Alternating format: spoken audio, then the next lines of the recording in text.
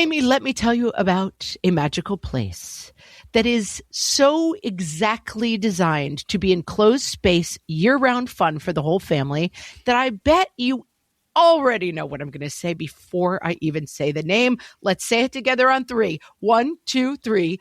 Great Wolf Lodge. You got it, Amy. My kids loved Great Wolf Lodge when we went. You probably already know that it has a huge indoor water park with a wave pool, lazy river, a bunch of massive water slides. But then your pack can hit the other attractions because wait, there's more. Great Wolf Lodge has adventure-packed attractions like Magi Quest, a live-action game kids can play throughout the lodge, plus the Northern Lights Arcade. Spent some quality time there, so your kid who loves the lazy river and your kid who loves fantasy games will both have a great time. Great Wolf Lodge also offers great dining options and complimentary daily events like nightly dance parties, all under one roof. Unpack the car once and you're settled in to have fun. And with 22 lodges across the country, you're always a short drive away from adventure. We've both had such great times at Great Wolf Lodge, so bring your pack together at a lodge near you. Learn more at greatwolf.com and strengthen the pack. I am a complete disastrous mess. What fresh hell? Laughing in the face of motherhood. I mean, my desk is pretty neat because everything's on my computer, but my email inbox is a mess. With Margaret Abels and Amy Wilson. The higher on the genius level people got, the messier their desks were. A podcast that solves today's parenting dilemmas so you don't have to. Why do we have 75 pens? We don't need 75 pens. I'm throwing out, everybody take the pen they want and I'm throwing the rest of these out. Hey, everybody. Welcome to What Fresh Hell, Laughing in the Face of Motherhood. This is Amy. And this is Margaret. And today we're talking about messiness. Messiness. And physical messiness, not emotional messiness. We'll talk about that some other day. I'm very interested in talking about, I am a default neat person. I would argue you perhaps less so. And I think not perhaps, and not less so. I am a complete disastrous mess. And Gretchen Rubin talks about outer order, inner calm, which I think is true, and I think it's true for me, but there's also a lot of stress that comes with creating outer order, and maybe that's not the same true for everybody, so that's that. I'm looking forward to discussing this with you.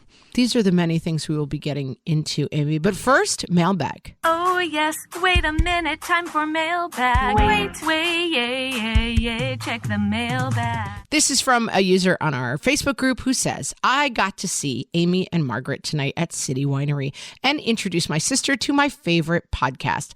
I got to tell Amy and Margaret that they helped me through significant postpartum anxiety with my first son by making me laugh and always getting to solutions.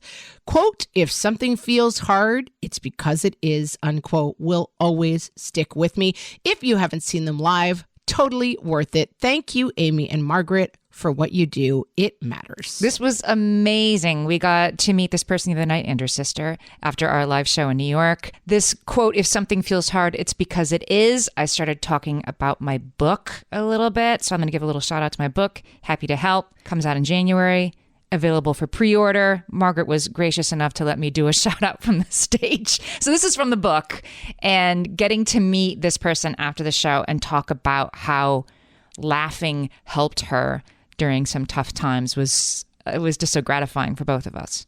Our next live show is February 6th in Philadelphia, and we're looking forward to putting a couple more dates on the calendar. If you have somewhere you'd like us to come, especially if you have a mom community who you think you can help turn out for the event, we would love to hear from you on our Facebook group, facebook.com/groups/whatfreshhellcast. Amy, let's talk about mess. So mess, first of all, is a spectrum, right? Your mess may vary, right? Yeah. Shiplap, all white Instagram perfection with a chalkboard that says fresh muffins for all. We know this person. We both know that person. A kind of dangerous, unsafe environment that involves, hoarding, animals living in the house, something that's genuinely unsanitary. We're walking it in from the unhealthy ends of the spectrum, right? From the no more wire hangers end of everything must be perfect all the time and this isn't safe for my kids to live in. We don't need to talk about those ends, or do we? I think we don't need to talk about this is physically unsafe, that is an area that is outside of our expertise in mental health and public health. But I don't think we're walking in from the Instagram perfect end, because I do think that still plays in to some of what is going on when people think about keeping a clean space. It occurs to me when you said Instagram perfection, when I do a picture of a room in my house is going to be on Instagram or anything, of course you clear the mess. I mean, literal like laundry basket of everything you don't want in the shot is behind my phone camera. Right, I'm not an influencer, but I do this. You can clear the shot. That's one kind of perfection. And then, of course, you see that. You see that in this house, we give hugs perfection on Instagram that was created for a photograph. And you think that that's what all of your house should look like all the time, or that's what all of her house looks like all the time, which I guarantee you is not the case. No, and I also think there's a step way beyond that, which is you on a Tuesday being like, oh, I'd like to take a picture, but my son left his socks on the couch. Let me take those out before I take a picture. And the many, many people who are curating Instagram brands around my white farmhouse that has a hand-hung chalk sign that's like whites, darks in their laundry room, and all of the pods are in a clear glass container with a ribbon tied around it. And that has become an industry and something that people create content around. And Casey Davis, who is an Atlas podcaster, her podcast is called Struggle Care. She also wrote a New York Times bestseller called How to Keep House While Drowning.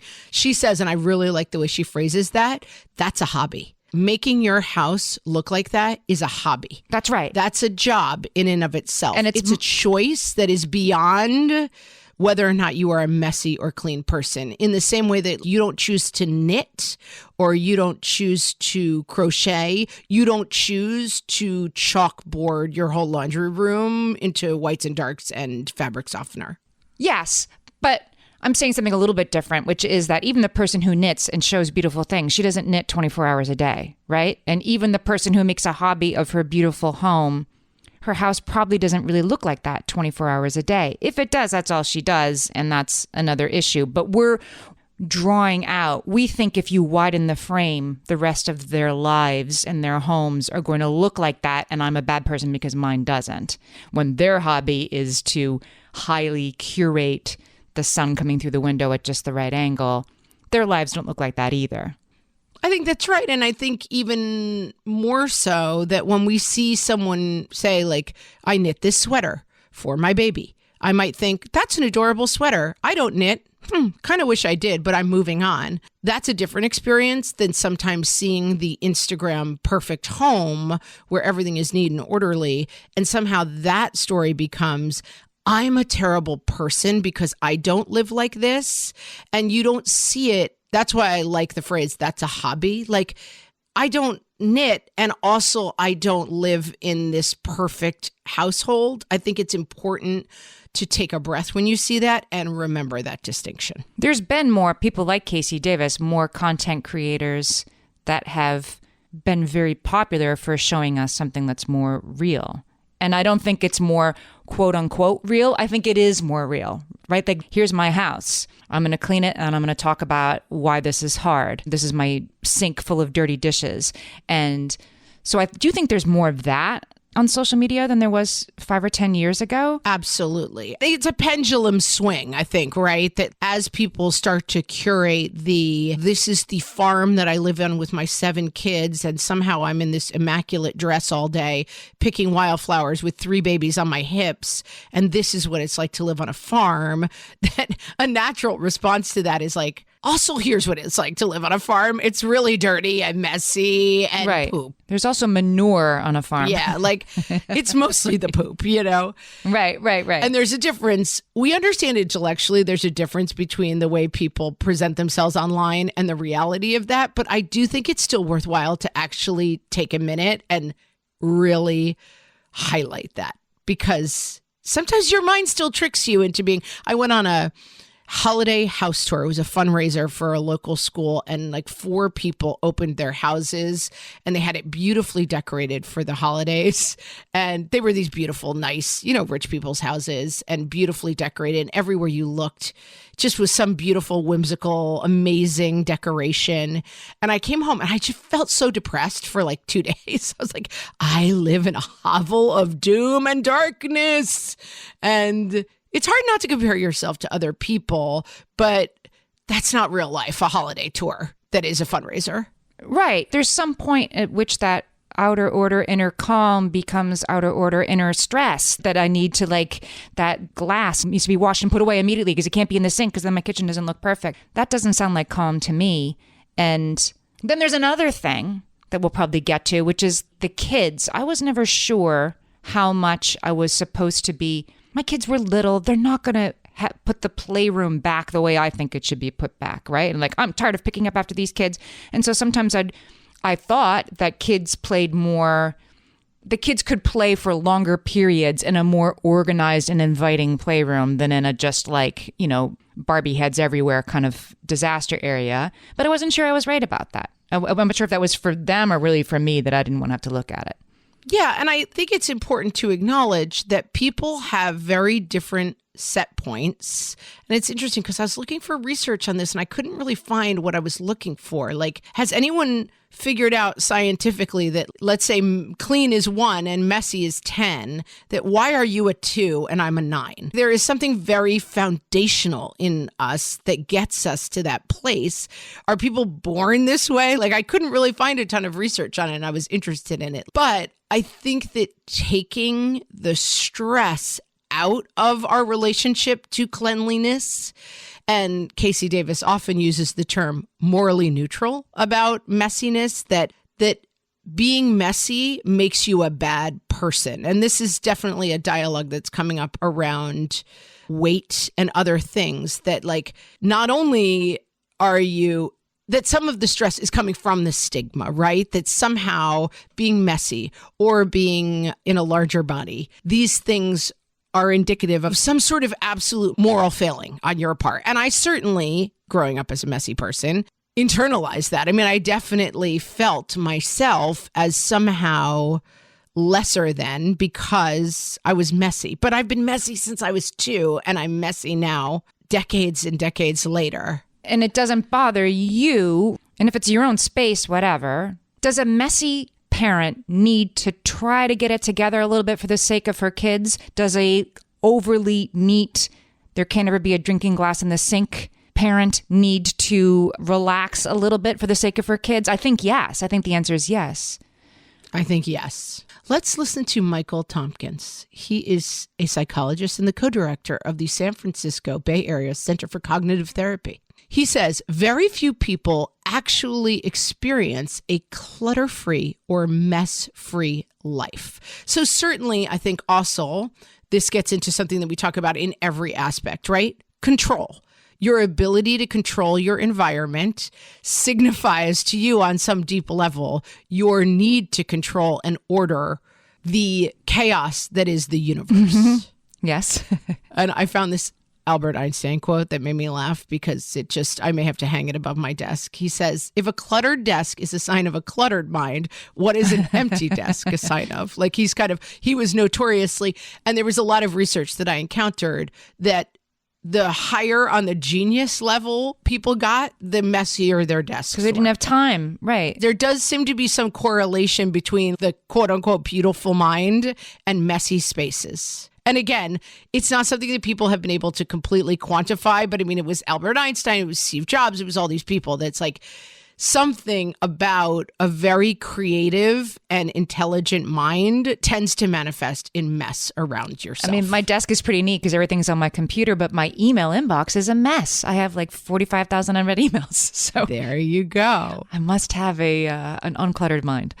So I think that what a lot of the research that I found was getting at is the idea of this, quote exactly, to know whether messiness is a harmless part of your lifestyle or a problem that's causing you distress. Right. That seems to be the crux of it. And I do think, I was talking to somebody recently who grew up in a house with a parent who was messy, that was clearly a sign of something going on deeper mentally, that manifested in a lot of hoarding, and that they did not feel comfortable having people come into the house. I guess you could argue, is that a stigma problem that we need to address, that like a hoarding house and a very, very neat Instagram house are of equal value or equal moral weight? I don't know. But certainly I think that the feeling of chaos, that I don't like people to come into my house when it's super messy. It makes me feel shame. Right. And your kids, I keep coming back to, but it matters if her kids were ashamed to have, and I'm using her, which I'm gendering this, which is, I guess, part of the problem, right? My kids don't want to have people over because our house is messy, and that is a comment on me, and the house is me, and I don't think a male parent would feel the same way. Let's take a break, and then when we come back, we're going to talk about whether we can define the tipping point into where mess becomes a problem. Hellions, it's time for some spring cleaning, and I don't just mean the coat closets. Doing your financial spring cleaning can actually be super easy when you let Monarch do your financial spring cleaning for you. One dashboard that gets your entire financial life organized. No more clutter, no more mess, no more logins scattered everywhere, just accounts, investments, property, and more, all in one place. Get your first year of Monarch for half off, just $50 with promo code FRESH. Monarch allows you to look not only at what you've already spent, but also to plan for the future. With Monarch, you can set savings goals, plan for big purchases, and notice spending trends before they become a problem. I can generate cash flow reports that show me what we spent this quarter, this month, what we're probably going to spend next month, and feel prepared, organized, and knowing how to plan for the future. No more surprises and a lot more clarity. Try Monarch. Use code FRESH at monarch.com to get your first year half off at just $50. That's 50% off your first year at monarch.com with code FRESH. Amy, when I'm having a good hair day, it usually makes my whole day better. And that's why on every day, I'm taking Nutrafol. Nutrafol is the #1 dermatologist-recommended hair growth supplement brand, and it's the #1 hair growth supplement brand personally used by dermatologists. Nutrafol's hair growth supplements are peer-reviewed, NSF certified for sport, and clinically tested. Nutrafol offers multiple formulas for men and women, tailored to different life stages and lifestyle factors, so you get support that's actually right for you. Adding Nutrafol to your daily routine is easy. Order online, no prescription needed, with automated deliveries and free shipping to keep you on track. Let your hair be one less thing to worry about. See visibly thicker, stronger, faster-growing hair in 3 to 6 months with Nutrafol. For a limited time, Nutrafol is offering our listeners $10 off your first month subscription and free shipping when you visit Nutrafol.com and enter promo code LAUGHING. That's Nutrafol.com, spelled Nutrafol.com, promo code LAUGHING. My favorite skincare products actually feel more like self-care, like they're so nice to put on and they smell so good that I'm actually happy when I get to that part of my day.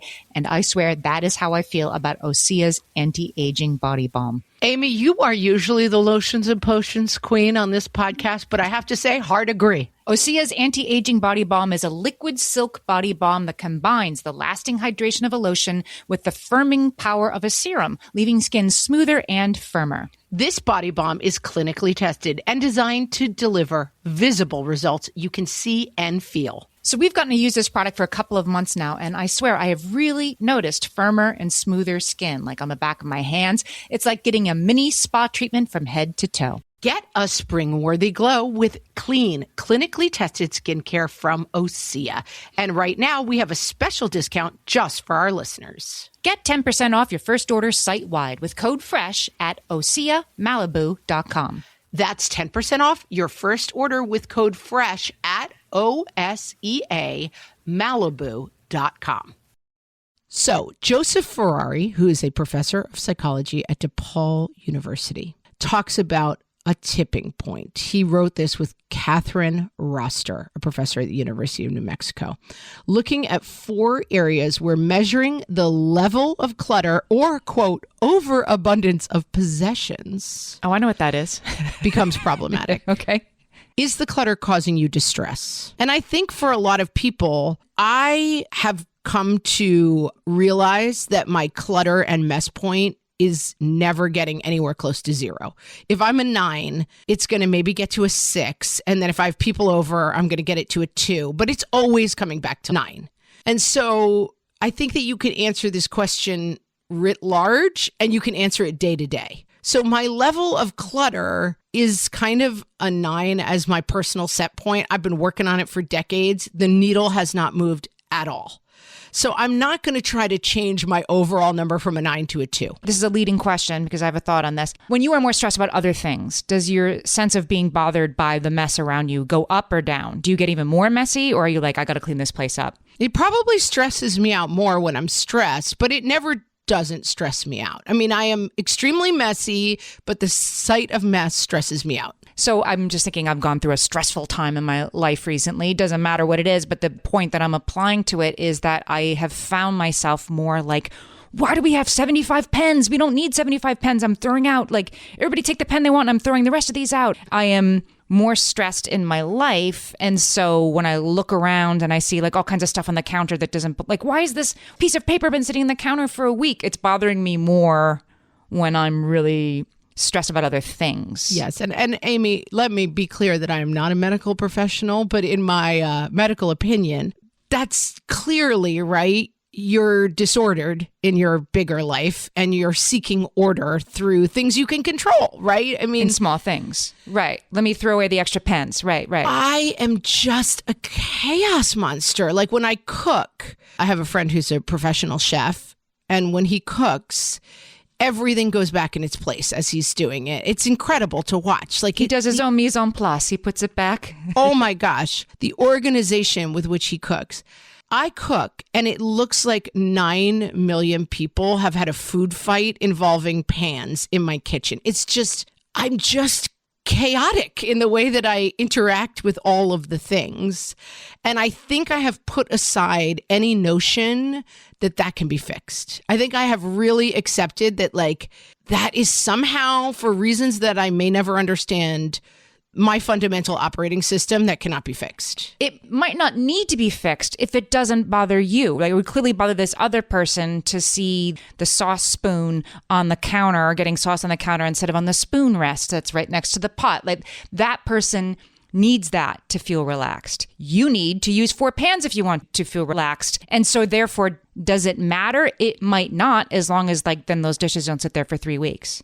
Yeah, I mean, I don't know that you can square the circle because it bothers me, but I can't stop doing it.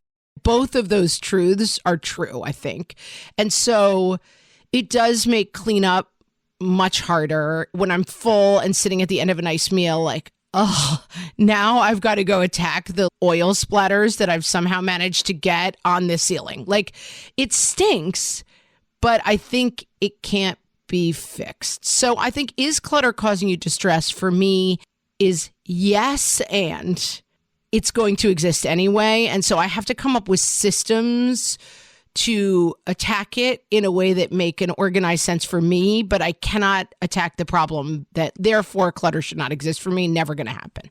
And for me, it's like on the sliding scale of more distressed clutter bothers me more. We do have 70 too many pens in our pen drawer, but do I have to deal with it right now? No, but it's bothering me more because, like, is your clutter causing you distress? Sometimes when I'm distressed about other things, it causes me distress. It's a sliding scale. Agree. For me. The next question, is clutter or mess affecting the livability of your space? Okay. Like, can't sit down because there's stuff all over the couch. The laundry's on the couch. Can't sit down because there's stuff all over the couch. Can't, like this morning, had a chaos dinner last night. Usually we're pretty good about cleaning up, and we've both, my husband and I, have been busy and tired, and we're doing a lot of half cleans, and now 5 half cleans have led to complete chaos in the kitchen. And then I just went in to make myself a cup of tea, and I'm like, there's just dirty dishes everywhere. Yeah, you have to make room in the sink to dump out your teacup. Yeah. And it's like, okay, it is now affecting the livability. That's a good marker, I think, for me to say, okay, this is now, I can't make lunch because it's too dirty in the kitchen. We got to address Yes. this. And being too neat can affect the livability of your space, I think, right? When you're too rigid about like that couch doesn't look nice when somebody sits on it, so don't sit on it. Or I have to stop. I can't do anything until I fluff the cushion where you sat. Speaking as somebody who has done that. It's a super good point that like, I definitely don't want to live like that either. I have friends who have unbelievably immaculate houses, and that's not interesting to me. You know, I don't want to spend that much time cleaning. I've had people say to me, and I'm like, that's kind of a secret insult, but I'll take it. They're like, your house is so warm and like, it's just so lived in, and, you know, I don't feel any stress. I'm like, okay, you're kind of saying I'm messy, but I do think there's something that says this isn't a house where everywhere you sit, you're like, what if my butt makes a weird imprint here? Like it's definitely homey. It's like the burrow in Harry Potter, the crazy warm mom who like, they live in kind of chaos, but it's very warm and welcoming. And you definitely don't have to worry about whether or not your drink is going to leave a mark on the table. Yeah. Your relationship to clutter should not affect the livability of your space for the people around you in either direction, I think. That's right. That's right. Because I don't want people to feel like, ew, I don't want to sit down because there's so much cat hair all over everything. I'm going to walk away covered in cat hair on the one hand, but also you don't want to feel like, oh, people feel like they can't relax and enjoy themselves in my home because everything looks so perfect that they're going to make a mess by just existing in my space. Good point. Is clutter taking a toll on your relationships? This is where we get into like, I don't want friends to come over because it's too messy, or possibly we don't want to entertain because we're too worried about people leaving scuff marks on the perfect floor. Or knowing that we sit, as that Chris Fleming video says. People Knowing that we sit. We'll link to that for the 9 millionth time. But yes, I think that I'm glad you framed it that way, because I actually think it's really smart and interesting that this is not just for the messy people. And I think this can also lead to, and the next one is, we're still in relationships. I think this can also lead to harm in between our parental and child relationships. If the only thing we see is our children ruining our perfect house by making a mess all the time, that we're now harming our relationships by our bar of neatness.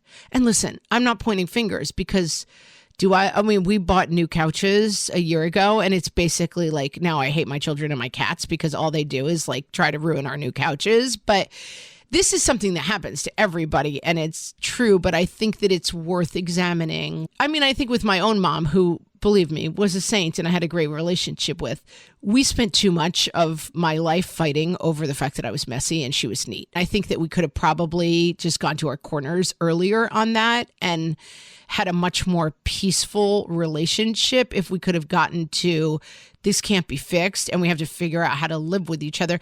And that can mean, like I say to my kids all the time, don't come into my kitchen and dump an empty, dirty plate in my sink. Nobody's coming behind. I'm not your maid. I'm not coming behind you to clean this. You're old enough now to show me the respect of washing off your plate and putting it in the dishwasher. It doesn't mean that you give up everything, but I think if messiness is becoming a definition of a relationship between you and another person in your house, it's worth probably looking at. Right. If you're living with the like seething resentment that the laundry's all over the floor, the dirty laundry or the dirty dishes, then you should probably talk about that, right?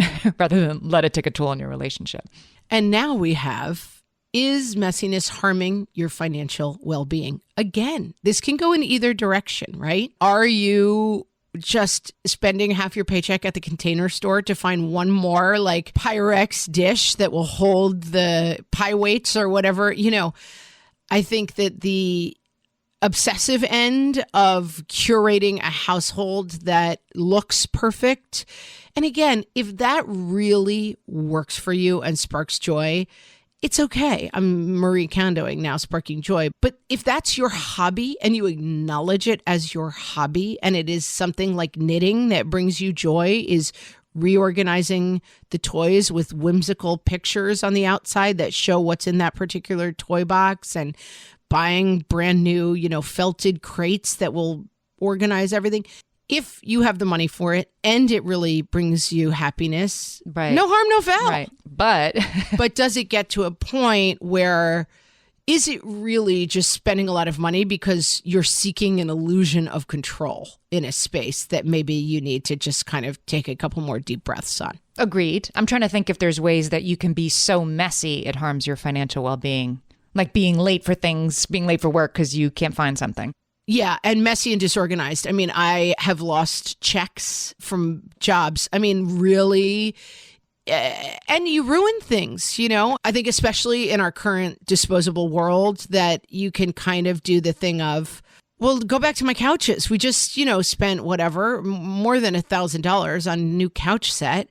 And day one, I'm decide to sit on it and spill food all over it. And now there's a stain that's always going to be there. It's just, it can be really costly and it's hard. I mean, I have a child who really struggles with this, and it really frustrates me that we invest in things that they then ruin and break by dint of being messy and careless and disorganized. I mean, you get into words that become much more kind of morally indicting, but it is frustrating to get this kid things and then find them a month later with a stain in the corner because now it's never coming out. Now that's ruined. It is frustrating. But when I try to navigate that with this child, I often hear my own sense of, wait a minute, this kind of is who I am. And I think that issue is very hard to parse out because it's not okay to be careless with things and ruin them. But people do have a weirdly different set point about that. And I think that what you can do, and we'll talk about solutions in a minute, is try to scaffold around, we have a tendency to be late because I can never find my keys. Let's put a hook by the front door and that's where the keys go. And everybody who doesn't see the keys there should be saying, where are the keys? Let's go find them. We have 2 sets. We have 2 strikes on this, and start to build in solutions so that we don't say like, you're a horrible person because you're late because why did you lose your keys? You bad person, morally bankrupt human. But you don't just say, oh, this is my set point, so I guess everyone has to wait 45 minutes for me to find my keys before they can eat dinner. Right. So it seems like we're coming down to when your amount of messy, either extremely neat or extremely messy, starts to affect people around you, that you might need to think about it. But there are times when maybe it doesn't affect the people around you. And in that case, you do you, like my kid with ADHD's room. If there's not food in there, that kid's room can be as messy as that kid would like it to be because their set point is messy and it's fine with them and it shouldn't be. I had to learn this, that your mileage may vary with messy. If it doesn't bother them and it's not affecting me negatively, then why do I care? Well, yeah. And I think maybe there are some reasons you might care. So let's jump to solutions in part 3, Amy. All my kids learned to swim when they were little. It was super important to me that they be confident and safe in the water. There was only one problem with that, taking them to swim lessons. I mean, the pools were freezing. There were always cranky adults doing laps right there. And it was definitely not, for any of us, what you would call fun. Amy, heard. But now there's Goldfish Swim School. Goldfish takes a really thoughtful approach to swim lessons, combining research-based teaching with a warm, kid-friendly environment that actually helps kids thrive in the water. Every detail at Goldfish is thoughtfully designed to create a golden experience, from shiver-free, warm indoor pools to comfy waiting areas for parents to professionally trained lifeguards on deck. Goldfish uses an approach called the science of swim play, which combines guided play with proven teaching techniques to help kids learn to swim, build water safety skills, and gain confidence, all at their own pace. Lessons are designed to meet kids exactly where they're at. If you've been thinking about swim lessons or just wondering where to start, this is a great opportunity. Right now, Goldfish Swim School is offering a waived membership plus your child's first lesson free at participating locations. Just visit goldfishswimschool.com/free to find a location near you and enroll using promo code FREE. That's goldfishswimschool.com/free, promo code FREE. You know that thing where you get an amazing pair of shoes at a really great price and want to tell everyone about it? Yeah, so do we. Here at Designer Shoe Warehouse, we'll give you something to brag about, like the latest styles from brands you love, or the trends everyone's obsessing over, or shoes that make you feel like, well, you. So go ahead, show off a little. Find shoes that get you at prices that get your budget. Head to your DSW store or DSW.com today. DSW, let us surprise you.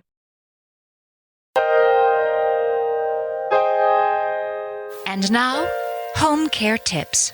Without kids and with kids. From the What Fresh Hell podcast. Without kids, decorative baskets can add a cheerful accent to any living space. With kids, Decorative baskets are literally your only hope of ever seeing your living room floor again. Just keep buying those suckers. without kids, seat cushions add a comfortable and festive touch around the dining room table. With kids, Seat cushions are definitely where your kids are hiding their unwanted vegetables. You need to check those things after every meal. without kids, the principles of Feng Shui suggest that placing a plant in the corner of a room can serve to draw in the positive energy. With kids, The way potty training's been going suggests that that puddle in the corner, it's definitely pee.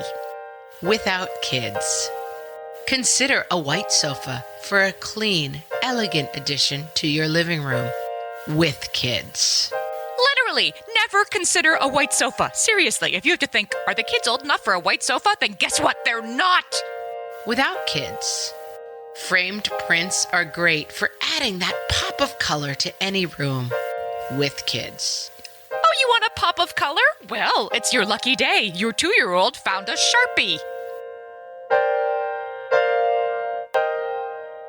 so lots of studies that link mental health and messy spaces. So I do think that this has to be parsed out. Again, it's a huge spectrum. There's been a lot of content creators now who are talking about things like their depression room, their doom piles, that there does seem to be that with depression comes fatigue. Yeah, sort of like Correct. entropy. That you're kind of just drifting down the drain.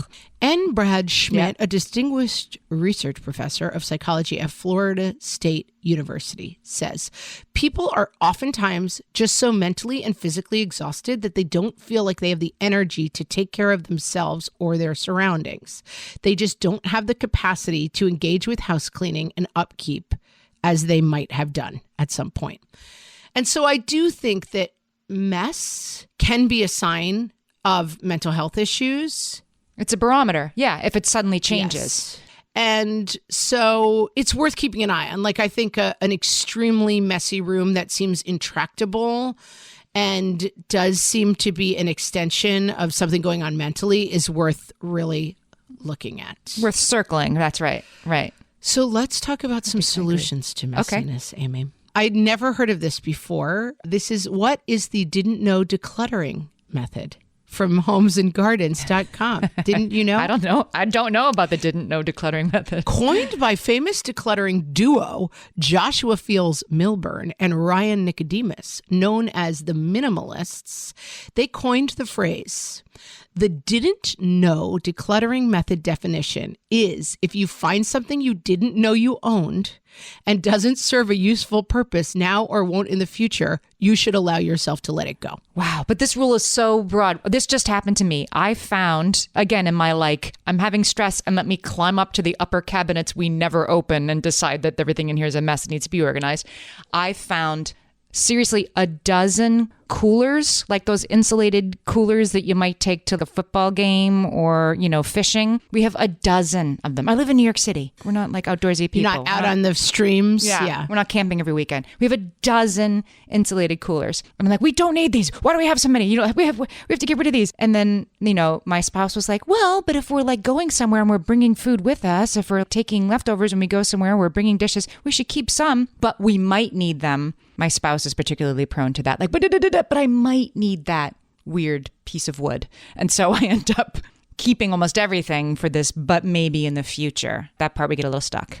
Well, and there are things in that category that I think are fair, right? Like I have 2 tablecloths that say give thanks and are covered with leaves, and I only host Thanksgiving every other year. They get used once every 2 years. But that means I just need to find a good place to store them. It's like Christmas decorations, right? Like, Right. Okay, we're going to use them sometime. Get them out of your kitchen. That is there. I think there's a line between that and like, you don't need a dozen of the coolers, right? You maybe need 1. I'll give you 2 if the second one fits inside the first one, right? You might someday use. I would argue that 99% probability is the day that you're like, let's go frolic in the stream, you will buy one of those, forgetting that you have 12 of them already. So The didn't know decluttering method. Right. Exactly. yes, you don't know you have it. I certainly didn't know I had a dozen. That's right. So maybe I should raffle off a couple of them if anybody wants an insulated cooler. Yeah, we'll have a What Fresh Hell raffle of those. And I do think that aspirational, this is why the didn't know doesn't have a useful purpose. Again, you're right. Our ice cream maker, when was the last time we used it, Amy? I'm going to say it was definitely during the pandemic. We were like, you know what would be fun? Making ice cream. Well, you never know. Hopefully there won't be another pandemic. I would say once every 5 years, we just get a hankering for homemade ice cream. And we're like, oh, that would be fun. So we keep the ice cream maker and it's in my kitchen 365 days a year for the once. I mean, you can't rent an ice cream maker, and I don't think I want to buy one every 5 years when we want to use it. Right. Don't forget you have it. Write that down somewhere. Right. Put that on a piece of paper. I have an ice cream maker already. Yeah. And I do think that but the pasta maker, it's all in the same category. You know, every once in a while, we're like, we should make pasta. I'm saying once every 10 years. And so I think especially in our current world where my solution to this, and I just had a disagreement with my spouse about this, is my spouse and I now have a safety valve on Amazon ordering. You have to have bombs. You have to have the 2 keys that go in to send it off. Yeah. We have a 2-key Amazon ordering system because we have a cat who likes to drink out of the sink. So then the cat meows at you. Like I'm sitting here doing the podcast, the cat's meowing. I got to get up, go into the sink, turn it on, let her drink from it, turn it off. So, of course, we look at that and we're like, we should get her a fountain water server, which, of course, we right away Google. It's right there on Amazon. We get it. We spend probably $29 on a water fountain for our stupid cat, who, by the way, doesn't like it. Still only wants to drink out of the sink. But I think in our world, like everything feels like it's one Amazon purchase away from being solved. And that years having grown up in the infomercial land, you know, it's chops, it slices, it dices. Like you didn't know you had this problem, but we're going to introduce you to the problem and solve it with the Ronco product. That means you can have your own rotisserie chicken whenever you want because you kind of like rotisserie chicken. I got my dog from Amazon, like a ball that you put kibble in or treats or whatever that's a little hard to get it out to occupy her when she was alone because she doesn't like being alone. I've seen it. I don't even have a dog, but I can picture it. It wraps up in a ribbon and then they got to nose it and get it. Right. Like she wanted nothing to do with it. It didn't really work. And it sat there on my kitchen floor judging me for like the better part of the last year, because for me to pick it up and throw it in the recycling, at least because it's plastic, would be to admit that I shouldn't have bought it in the first place, that I am in fact wasting resources, money, and everything else. So I think that is the hard part for me. Like, she has never used this. We will never use it. You should never have bought this. And you're going to throw it out now, which is accepting all of those things. Or you're going to hold on to it to prove that you didn't make a mistake. Right. And not use it. Because someday she may decide to love it. Right. Adding to clutter. This is the biggest lesson I have learned in the last 20 years. Garbage starts at the front door. It starts with Christmas presents. It starts with Amazon ordering. It starts with all of the crud that comes in your front door. It's garbage the minute it crosses the threshold of your house. And that is the best place to start the decluttering process. Even if it's nice garbage, like these insulated coolers, half of them have the name on them of some golf outing where my spouse got them, right? Got them as a company Christmas present, whatever. They're nice. We have a bunch already. So it is garbage at my front door, even if it's pretty, right? Even if it's like, oh, somebody should be able to use this. Yes, but we have this already. So I love this didn't know. Gretchen Rubin, who we've met in person, always says, don't take swag. That's a great way to stop. But it is like you're at an event. It's like, and I get this vase with the name of the company printed on it. You're never going to use that. You're never going to want to use the like Teco vase. I mean, you never know. My spouse uses a Stanley cup that says Zulily on it every single day at work because we got it somewhere along the way. I'm shocked. I just went to the office. I'm like, you use that? Yes. Yes. Because he doesn't like to throw anything away.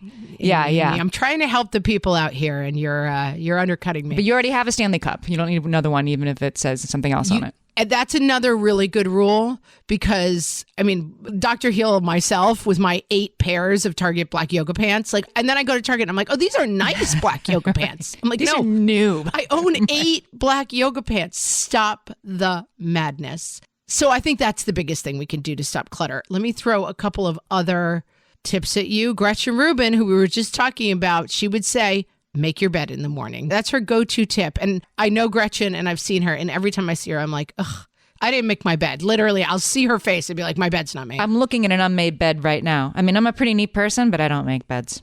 I have. Once my in a bed while. is behind my screen right here and it is not made. Yeah. She says when I've asked people, she wrote a book called The Happiness Project. So simple kind of tips to make you happier. What's made the biggest difference in their happiness? Many people cited the modest make your bed. Making your bed is a step that's quick and easy, yet makes a big difference. Everything looks neater. It's easier to find your shoes. Your bedroom is a more peaceful I environment. mean, true. All of those things are true. It's all true. I also make my bed about 3 out of the 7 days of any given week. And I feel better when I do it. And sometimes I don't. And that's also okay. I like this tip. Focus on function, not aesthetics. I think that sometimes I get a little into, look at how nice this will look. And that can be a route into chaos and craziness. That does it serve a purpose? And I have the opposite version of this that I try to resist. Like we have a giant bin of shoes that we keep by the front door. We live in New York City, so we usually take off our shoes when we come in. And it's just one giant chaotic pail of shoes. Is it pretty? No. Does it belong on Instagram? No. Does it serve an immediate, useful function? Totally. So sometimes I look at that like, oh, I wish I didn't have the messy shoe pail in my front. But I need it. I need it. That the function is worth the aesthetics.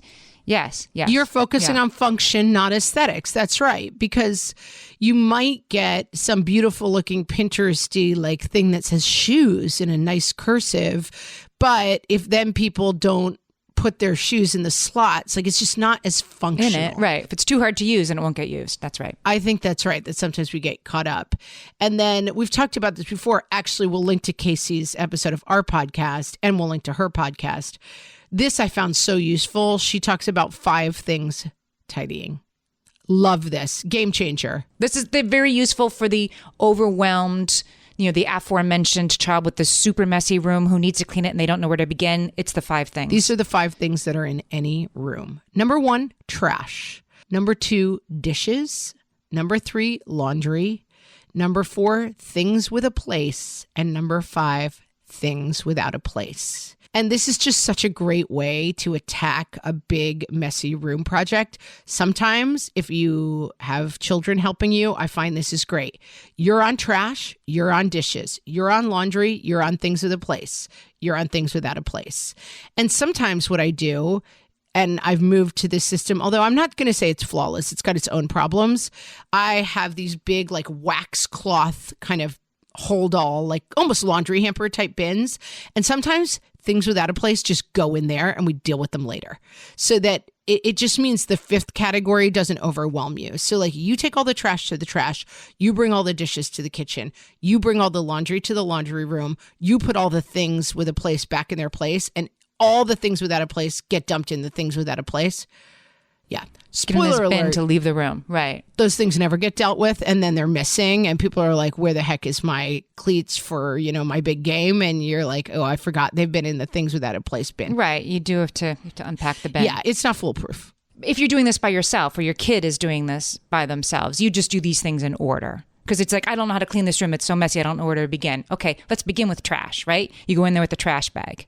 Just deal with the trash. That's all this kid has to deal with. This really helps break it down for kids of any stripe. This is the way to clean your room. Yeah, absolutely. It's so helpful. And we'll link to her article about this so that you can really look at it and break it down. But it's so helpful. Basically, what we're here to say, Amy, is we solved messiness, done. But I'm going to say I'm giving my Hunger Games salute to you messies out there. I see you. I am you. And, you do your best. You kind of go back to one every once in a while and you try your best, but there's nothing wrong with you. That's right. There's nothing wrong with you. I have a doom pile too. It's just in a very specific designated area of my bedroom. It's a very organized doom pile. And for the hyper organized, I like everything just my way. Why are the people in my space breathing and touching things, people? There's also nothing wrong with you. Yes, that's right. It's just how you're made. And we're all going to try to take one step, maybe a little bit towards the middle, and realize that this is not an indictment of who we are as people. This is something that can be fixed. Absolutely. You guys, we are so close to 1,000 reviews on Apple Podcasts, which for reasons is a very important milestone for a podcast to meet. Like, you're a real podcast if you have at least 1,000 reviews on Apple Podcasts. We didn't make up the rule. It's just the rule. If you haven't left us a rating or a review yet, wherever you listen, Apple Podcasts or otherwise, take a moment right now, throw us some stars, say a couple nice words. It helps listeners find the show, because when a lot of new reviews come in all at once, the algorithms are like, oh, I guess I better show this to more people. So you will be helping the show grow. We want to be a real podcast, like Pinocchio wanted to be a real boy. After 8 years. Please help us. And with that, everyone, thanks so much for listening. We look forward to talking to you next time. So long.